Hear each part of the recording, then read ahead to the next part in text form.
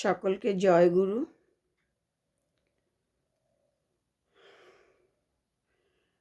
শ্রী শ্রী ঠাকুর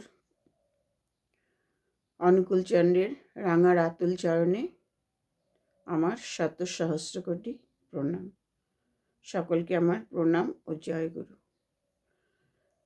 আমি আজকে ভিডিওটা করব আমার জীবনী নিয়ে।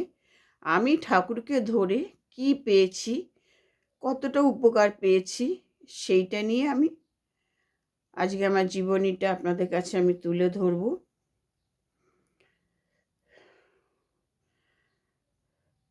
আমার হাজব্যান্ড মারা যায় 2005 সালে। পাঁচের শেষে, 6ও বলা যায়, 26শে ডিসেম্বর।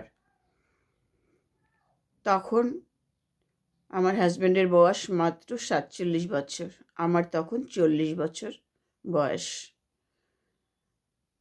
উনি অনেক দিন ধরে সুগারে ভুগছিলেন।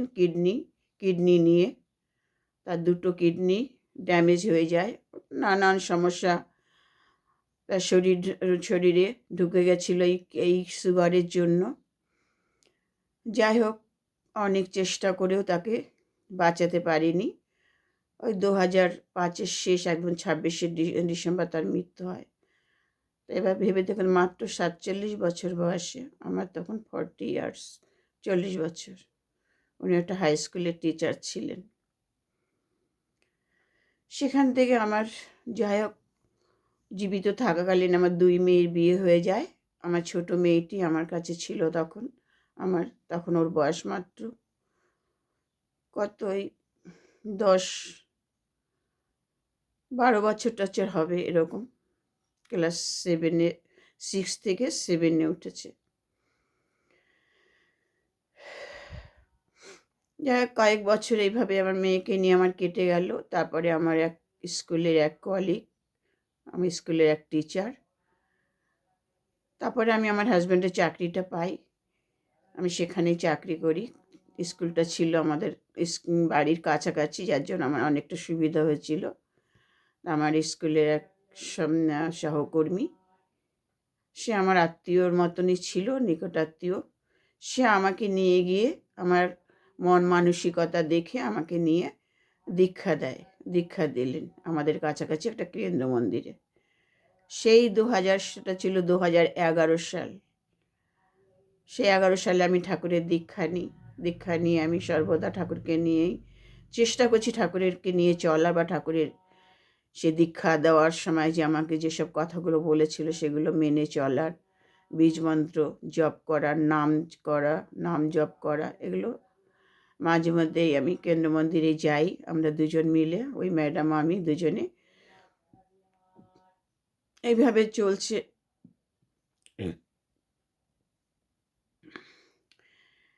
2015 সালের একদম শেষ, 2014 সালের শেষ ডিসেম্বরের কত তারিখে আমার এক মহাব্যাধি ধরা পড়ল। আমি নিজেও বুঝতে পারিনি, আর এটা হলে কেউ বুঝতেও পারে না। হেপাটাইটিস বি, মানে লিভারের যে সবথেকে মারাত্মক জন্ডিস, সেটা আমার ধরা পড়লো। এমন সময় ধরা পড়লো যে আমাকে বাঁচানোর মুশকিল, বাঁচানোই যাবে না, ডাক্তাররা বলেই দিয়েছিল। সেটা ছিল আরজি করে বড় ডাক্তার বলে দিয়েছিল। আমার মেয়েরা যখন আমাকে নিয়ে যায়, সমস্ত পরীক্ষা নিরীক্ষা করে তারা দেখে যে আমাকে বাঁচানো যাবে না, খুব মুশকিল। লিভার একদম ভালো নেই, অল্প সামান্য ভালো আছে, সামান্য সেটুকু, মানে 25% ভালো, 75% আমার লিভার খারাপ হয়ে গেছে। তা যাই হোক, আমার মেয়েরা তখন বললো, মা, হসপিটালে আমরা এত আসা যাওয়া করতে পারবো না, তোমাকে প্রাইভেট ভালো ডাক্তার দেখায়। তখন একটা ভালো প্রাইভেট ডাক্তারে আমি খোঁজ পেলাম। সেই আমাদের বাড়ির কাছে বাগেরহাটি জোড়া মন্দির, সত্যপ্রিয় দে সরকার। উনি হচ্ছে লিভারের একজন বিশাল বড় মাপের ডাক্তার, গ্যাস্ট্রোলজিস্ট। ওনার আন্ডারে চিকিৎসা হলাম। ডাক্তারবাবু আমার রিপোর্ট দেখে কিছুই বললো না, মুখে কিছু বললো না, চিকিৎসা শুরু করে দিল। বললো যে তোমার মার তো একদম শেষ সময়, আমি চেষ্টা করব কিন্তু বলতে পারবো না। আমি চেষ্টা যতদূর সম্ভব চেষ্টা করব। তা উনি আমার চিকিৎসা শুরু করে দিল। চিকিৎসা প্রায় 2 বছর একটানা আমার চিকিৎসা চলল। 2 বছর পরে যখন আমার লিভারের খানিকটা উন্নত পর্যায়ে এলো, তখন ডাক্তারবাবু বললেন, এখন তোমার মা বিপদ থেকে মুক্ত আছে, যতটুকু ভালো আছে লিভার ওটা নিয়ে উনি চলতে পারবে, সেইটুকু কি করে ভালো রাখা যায় সেটা আপ্রাণ চেষ্টা করব আর একটু ভালো করার জন্য। তাই সেইখান থেকে আমি সেই অত বড় রোগ থেকে আমি মুক্তি পাই। তখন কিন্তু আমি প্রথম আমি কিন্তু সেই দীক্ষা নেওয়ার পর থেকে আমার ঠাকুরকে নাম নিয়েই চলছি, ঠাকুরকে স্মরণ করেই চলি সর্বদা। হ্যাঁ, আমার দীক্ষা আমি নিয়েছিলাম তখন। এর আগে অনেকে আমাকে দীক্ষা নিতে বলেছিল, কিন্তু সংসারের চাপে, ছেলে মেয়ের পড়াশোনার, মেয়েদের পড়ার চাপে আমার সময় হয়ে ওঠেনি। যাই হোক, আমি দীক্ষা নেওয়ার পরে সর্বদা ঠাকুরের কথা শুনে, ঠাকুরের নাম শুনে, ঠাকুরের সব আলোচনা শুনে আমার এত ভালো লাগলো, আমি এক কথায় দীক্ষা নিলাম। সেখান থেকে আমি ভালো ছিলাম, তাই এই রোগ ধরা পড়লো। আমি তখন খালি ঠাকুরকেই ডাকতাম। তা যাই হোক, এই ডাক্তারবাবু আমাদের ভালো রিপোর্ট, ভালো পজিটিভ কথা বললো। সেখান থেকে আমি প্রায় 6 মাস, 1 বছর বেড রেস্টে থাকতে হয়েছিল আমাকে। একদম 6 মাস একটানা বিছনায় শুয়ে থাকতে হয়েছিল, চিকিৎসা চলছিল। 1 বছর রেস্টে ছিলাম। আবার আমি স্কুলে জয়েন করলাম, বাড়ি কাছে আস্তে আস্তে যাওয়া আসা শুরু করি। আমাকে স্কুল থেকে অনেক ছুটি দিয়েছে। তাই এই হচ্ছে, আমি তারপর থেকে আমার বলতে নেই, আমার হাজবেন্ড মারা যাওয়ার পর থেকে অনেক টুকিটাকি অনেক সমস্যা আমার এসেছে, হয়েছে কিন্তু আমি সেগুলো কাটিয়েও উঠেছি। এই যে তারপরেও কিন্তু অনেক অনেক রকম সমস্যা আমার জীবনে এসেছে, এই শারীরিক সমস্যা বিশেষ করে। সেগুলো পরপর আমি কাটিয়েও উঠেছি, অনেক অনেক রকম, যেগুলো আগে আমি কোনো দিন আমি উপলব্ধি করতে পারিনি। আমার রোগ ব্যাধি কাকে বলে যেটা আমি জানতামই না। আমার সাইনাসের সমস্যা, আমার ব্রেনের একটা নার্ভের একটা সমস্যা ছিল মাথায়, সেটা সমস্ত কিছু আমার অনেক রকম সমস্যা থেকে আমি মোটামুটি ভালো সমস্ত কিছুই কাটিয়ে উঠেছি ডাক্তার আর চিকিৎসার এদিকে আমার ঠাকুরের নাম জপের মাধ্যমে। তা আমি জানি ঠাকুরকে ধরে, ঠাকুরের নাম করে, ঠাকুরকে স্মরণ করে আমি কতটা ভালো আছি, কতটা বিপদ মুক্ত আছি। আমি চেষ্টা করি যতটুকু পারি আমি ঠাকুরের কাজ করতে, বা মন্দিরে যাওয়া আসা, বাড়িতে ঠাকুরকে প্রতিষ্ঠা করা, ঠাকুরের মন্দির ঠাকুরকে সুন্দরভাবে ঘরে আমার সিংহাসনের প্রতিষ্ঠা করা, ঠাকুরের আমি সর্বদাই ঠাকুরের নাম নিয়ে আমি চলি। এবং আমার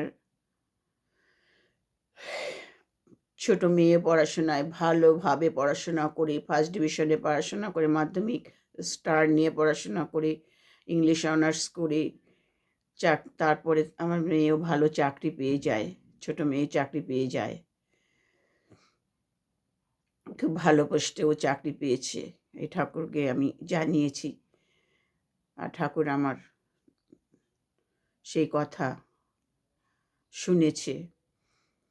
এখনও আমি সেই যে আমার একদম মৃত্যুর মুখ থেকে আমি এখনও বেঁচে আছি। আজকে 2026 সাল। হ্যাঁ, তাহলে 2015, 2026, এত বছর আমি এখনও আমি ভালোভাবে আছি।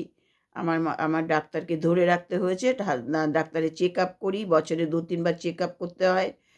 ওষুধ অনেক কমে গেছে আগের থেকে, অনেকটা কমে গেছে, বেশি ওষুধ আমার খেতে হয় না। আর কিন্তু আমাকে ডাক্তারবাবুর আন্ডারেই থাকতে হয়। এখনও আমি ভালো আছি, খাওয়া দাওয়া সমস্ত আমার তাছাড়াও ঠাকুরের দীক্ষা না পরে আমি খাওয়া দাওয়া সমস্ত কিছু আমার একটা কন্ট্রোলে চলে এসেছে। আমার জীবনটা একটা ডিসিপ্লিনের মধ্যে চলে এসেছে। ঠাকুর যেভাবে চলতে বলেছেন চেষ্টা করছি ঠাকুরের হয়ে, তো এখনও উঠতে পারিনি।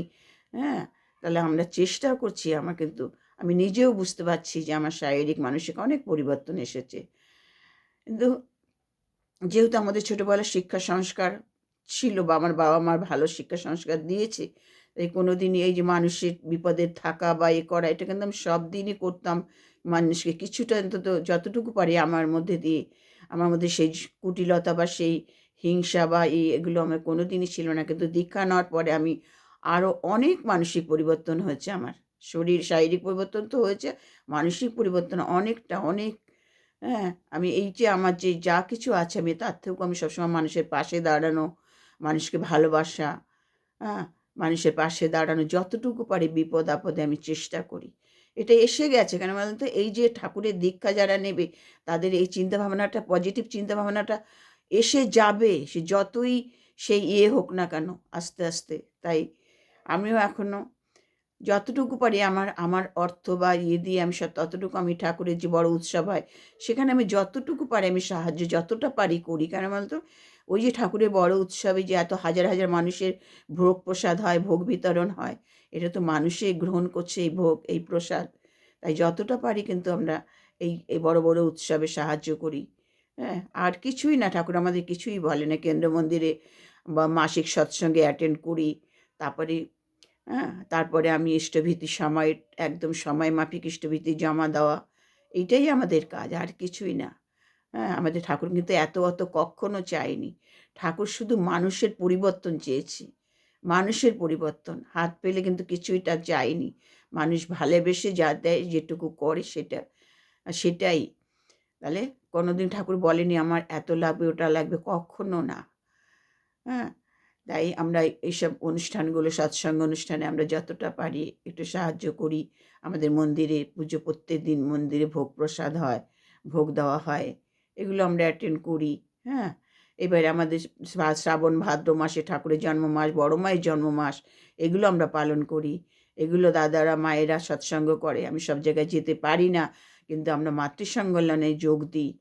প্রত্যেকটা মাতৃসম্মেলনে আমরা থাকি, আমাদের একটা গ্রুপ আছে। হ্যাঁ, আর এই যথারীতি ইষ্টভীতি করা বা ঠাকুরের যতটুকু পারি চেষ্টা করি এই শরীর নিয়ে। আমি ঠাকুরকে বলেছি, ঠাকুর যেভাবে আমি যেমনভাবে পারি তোমাকে আমি দেবো, তোমার সব কিছু করবো, কিন্তু আমার ভুল ত্রুটি যেন ঠাকুর আমাকে ক্ষমা করে দিও। আমি যেভাবে পারি সেইভাবে তোমাকে আমি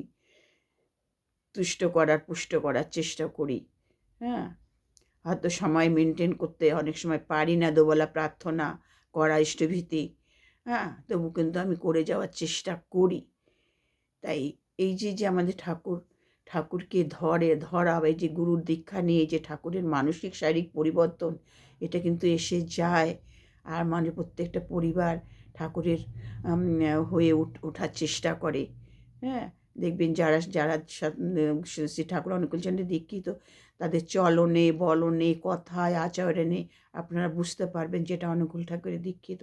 ঠাকুর আমাদের সব দিক থেকে দেখবেন যে এই যে সাদা পোশাক পরা, মানুষের সাথে ভালো, একদম ঠাকুর এগুলো পছন্দ করতেন, ধবধবে পোশাক পরা।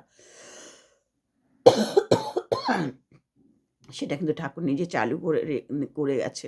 মায়েরা লাল পাড়ের সাদা শাড়ি, দাদারা ধুতি পাঞ্জাবি, কত সুন্দর সৎসঙ্গ যে সেটা দেখলেই বোঝা যায়। তারপরে খাবার উপরে ঠাকুর বলেছে সরল সাদা, সিম্পল সাদাসিধে খাবার, পোশাকের উপর সিম্পল সাদাসিধে খাবার, সদাচার সর্বদা রোগ ব্যাধির থেকে রক্ষা পেতে হলে, হ্যাঁ, পেতে হলে সদাচার অবশ্যই তো পালনীয় না। পরিষ্কার পরিচ্ছন্ন যত থাকা যাবে তত আমাদের রোগ থেকে আমরা মুক্তি পাবো। তো যাই হোক, এই আমি আজকে বললাম। জয় গুরু। আমার আলোচনা যদি ভালো লাগে আমাকে লাইক, শেয়ার ও কমেন্ট করবেন। একমাত্র মানে ভালো থাকার একমাত্র চাবিকাঠি, রক্ষা কবচ আমার মনে হয় অনুকূল ঠাকুরের দীক্ষা যারা নিয়েছে তারাই এর উপলব্ধি করতে পেরেছে এবং তারাই এর ফল পাচ্ছে। জয় গুরু।